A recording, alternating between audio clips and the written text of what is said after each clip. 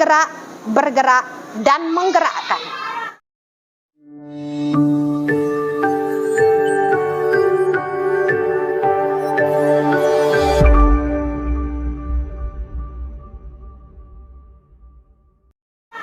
Artinya apa?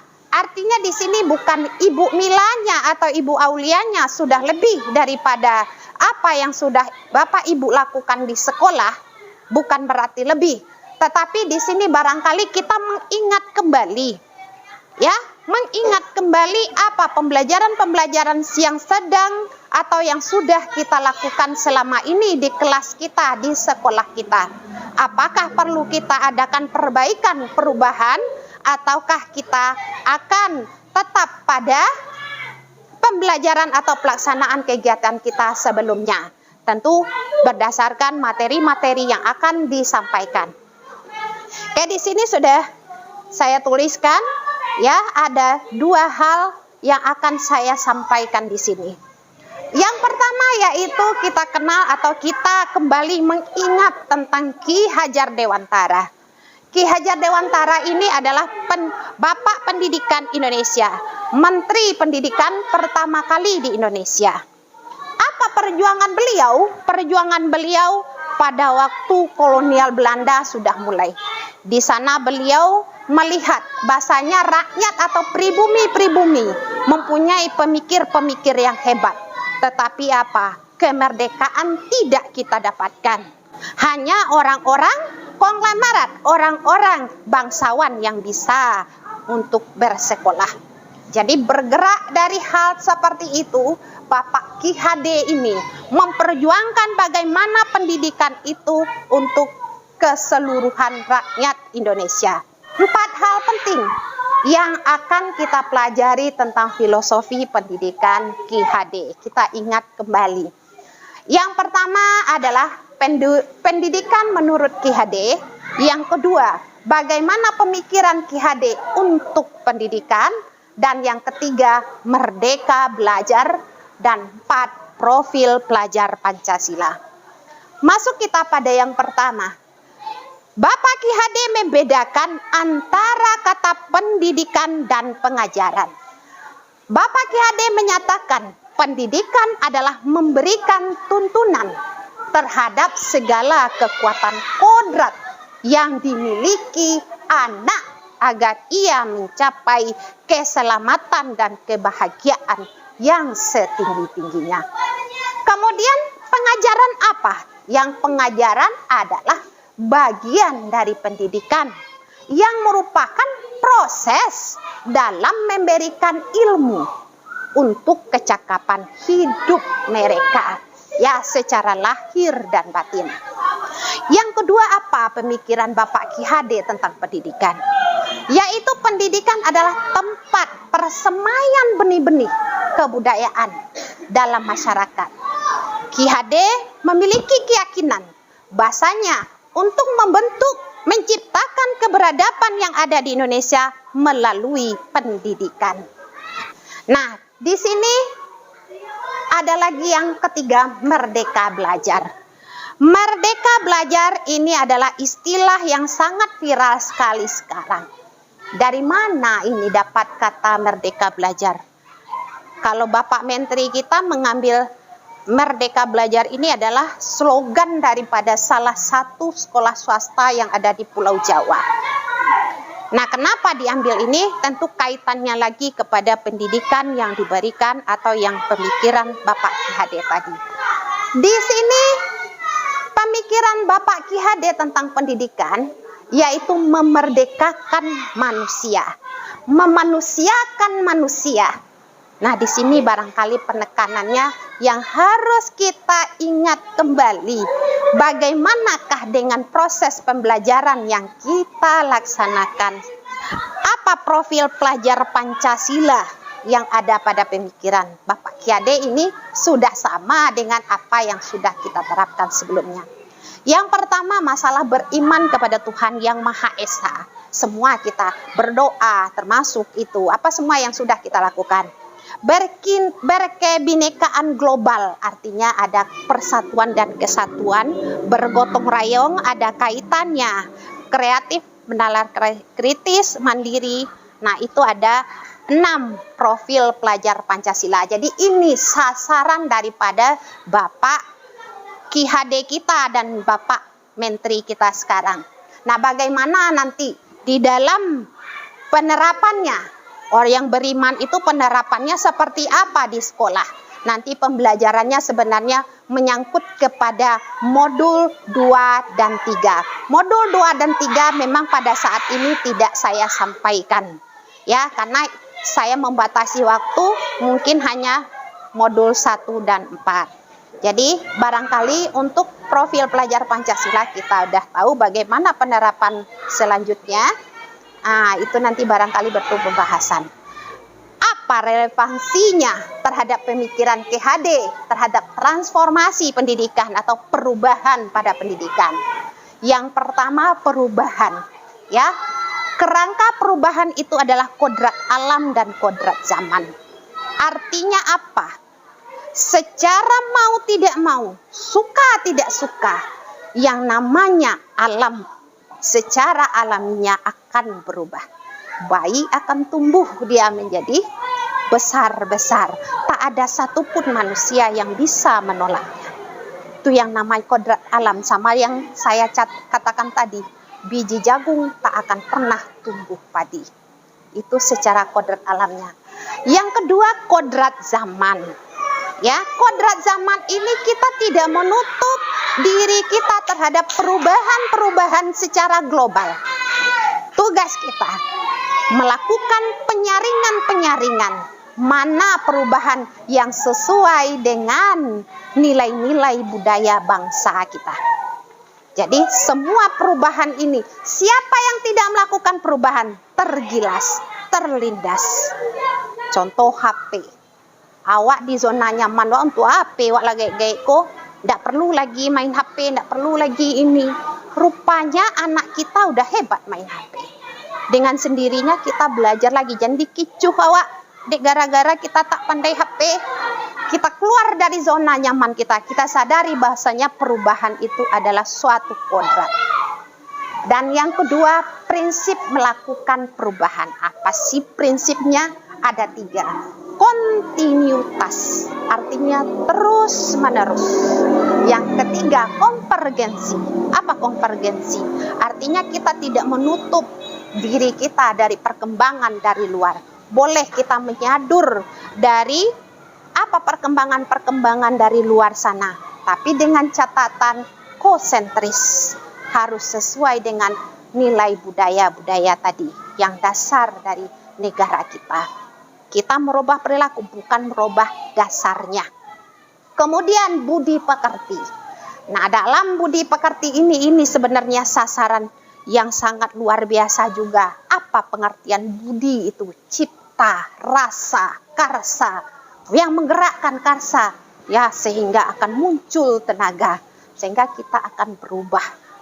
Ya, jadi apakah perubahan yang akan kita lakukan berhubungan nanti dengan modul budaya positif. Apa itu budaya positif? Nilai-nilai, keyakinan, dan kebiasaan-kebiasaan di sekolah yang berpihak kepada murid. Jadi berhamba kepada murid ini adalah satu kata yang ada pro dan kontra. Kemarin pada waktu saya Loka Karya 0, Bapak ini mempertanyakan, saya tidak suka dengan kata berhamba dengan murid.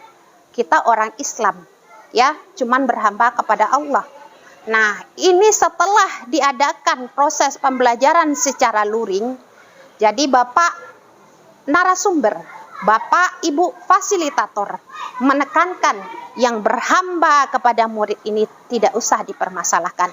Yang penting maksud dan tujuannya dah jelas. Setiap apa yang kita lakukan adalah berpihak kepada murid. Nah, bagaimana caranya atau apa saja yang ada pada budaya positif? Yang pertama yaitu kita harus merubah dulu paradigma kita. Paradigma kita harus kita rubah dulu, yaitu kita memandang dunia, ya.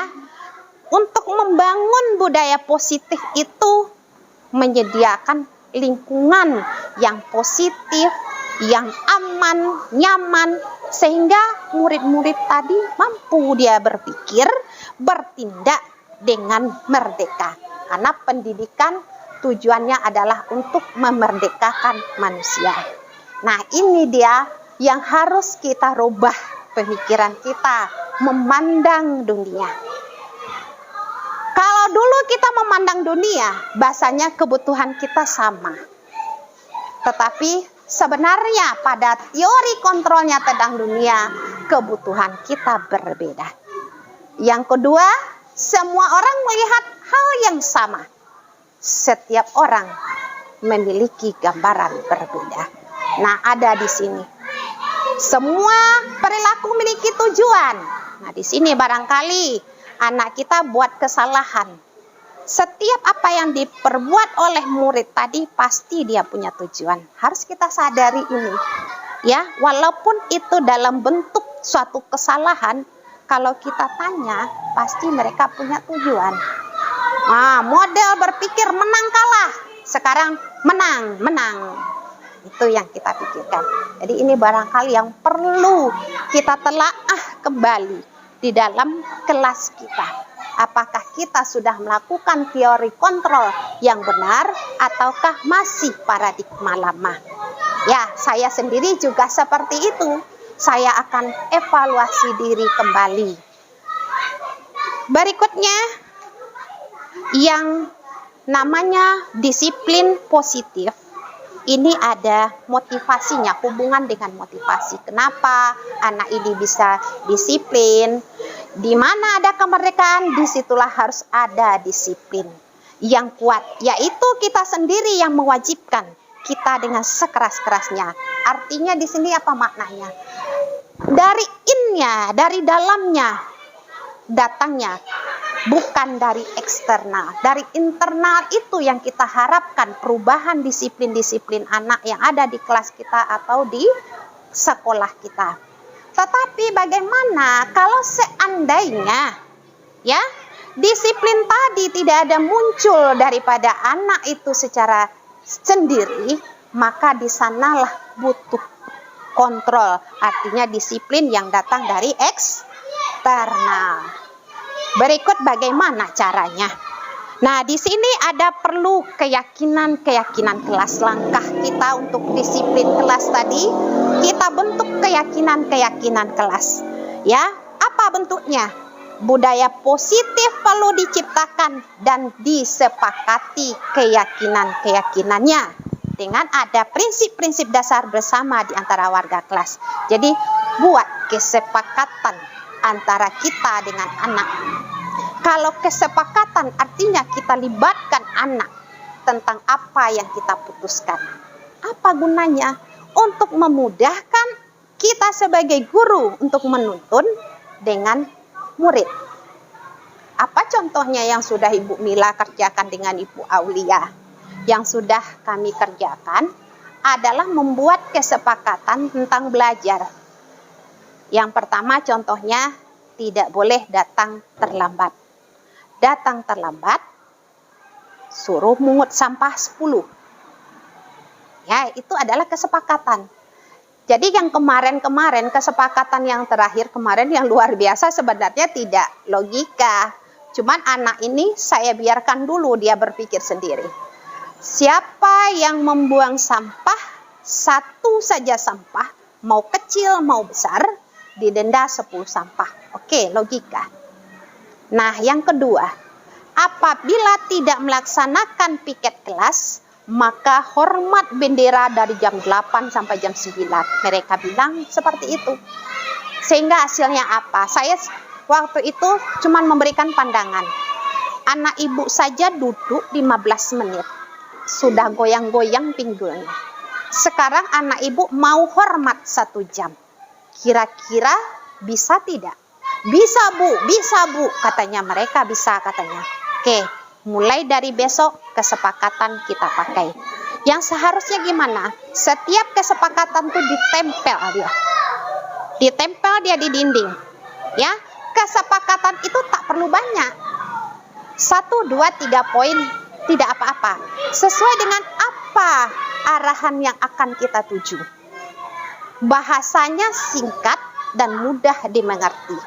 Itu dalam kesepakatan. Kemudian apa perbedaan atau pembentukan keyakinan kelas ini kenapa kok penting? Yang pertama, karena dia bersifat lebih abstrak, lebih jelas dari peraturan, lebih terperinci dia. Yang kedua, berupa pertanyaan-pertanyaan universal secara keseluruhan. Dan yang ketiga, senantiasa dibuat dalam bentuk positif. Kata-katanya kata positif. Melaksanakan piket sesuai dengan jadwal. Berarti ada kata-kata positifnya.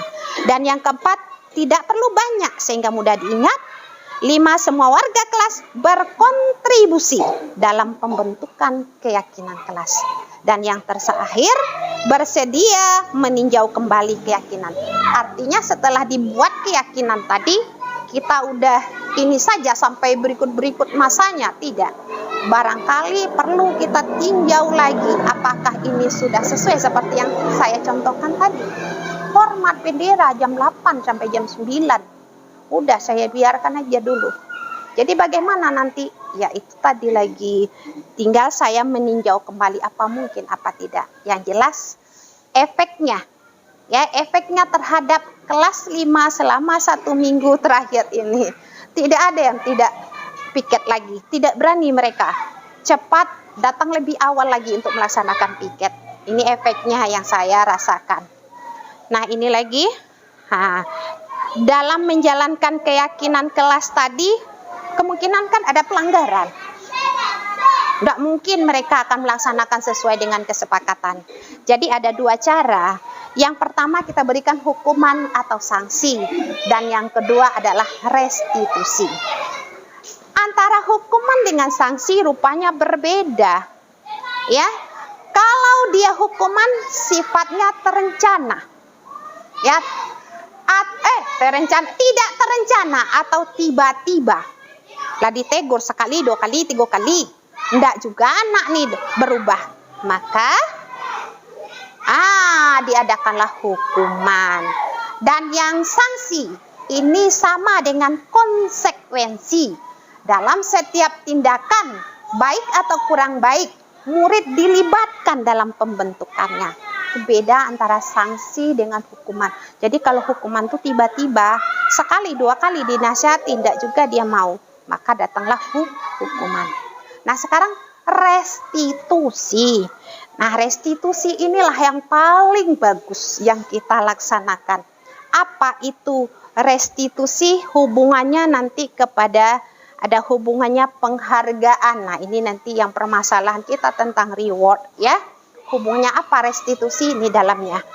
Yang pertama kita bahas dulu masalah penghargaan.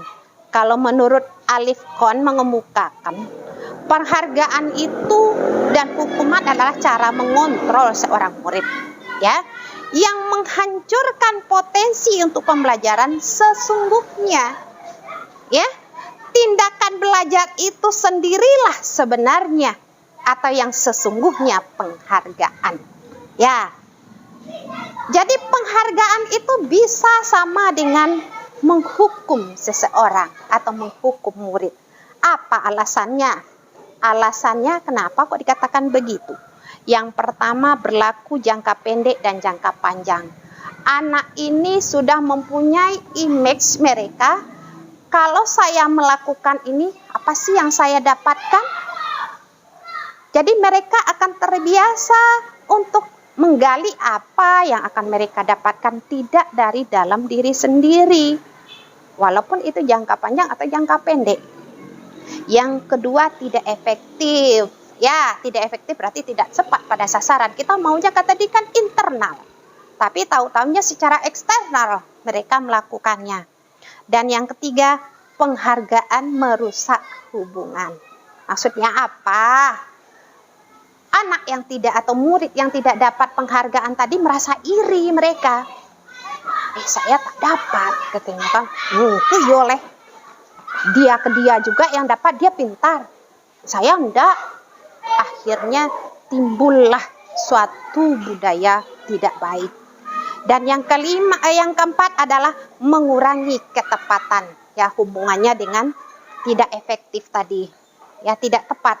Yang kelima adalah penghargaan adalah menghukum, seperti yang tadi, menghukum jadinya.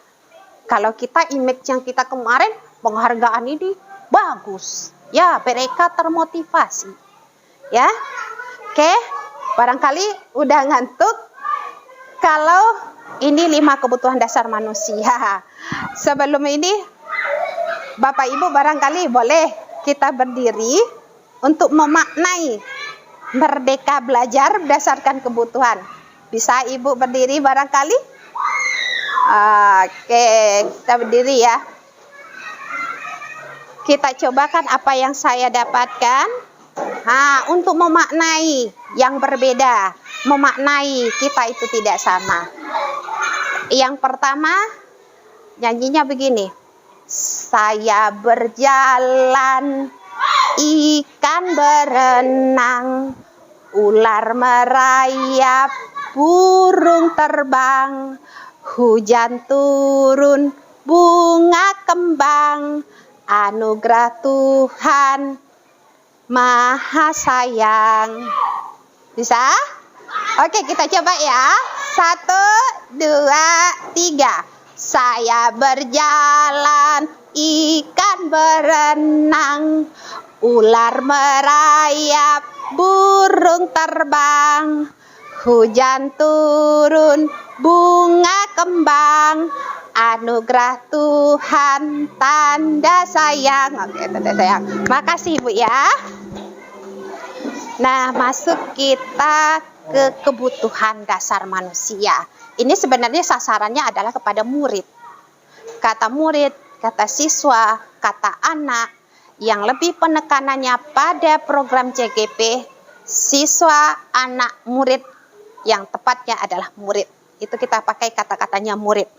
Jadi seringkali saya sendiri, siswa kata saya, padahal yang lebih tepatnya adalah murid.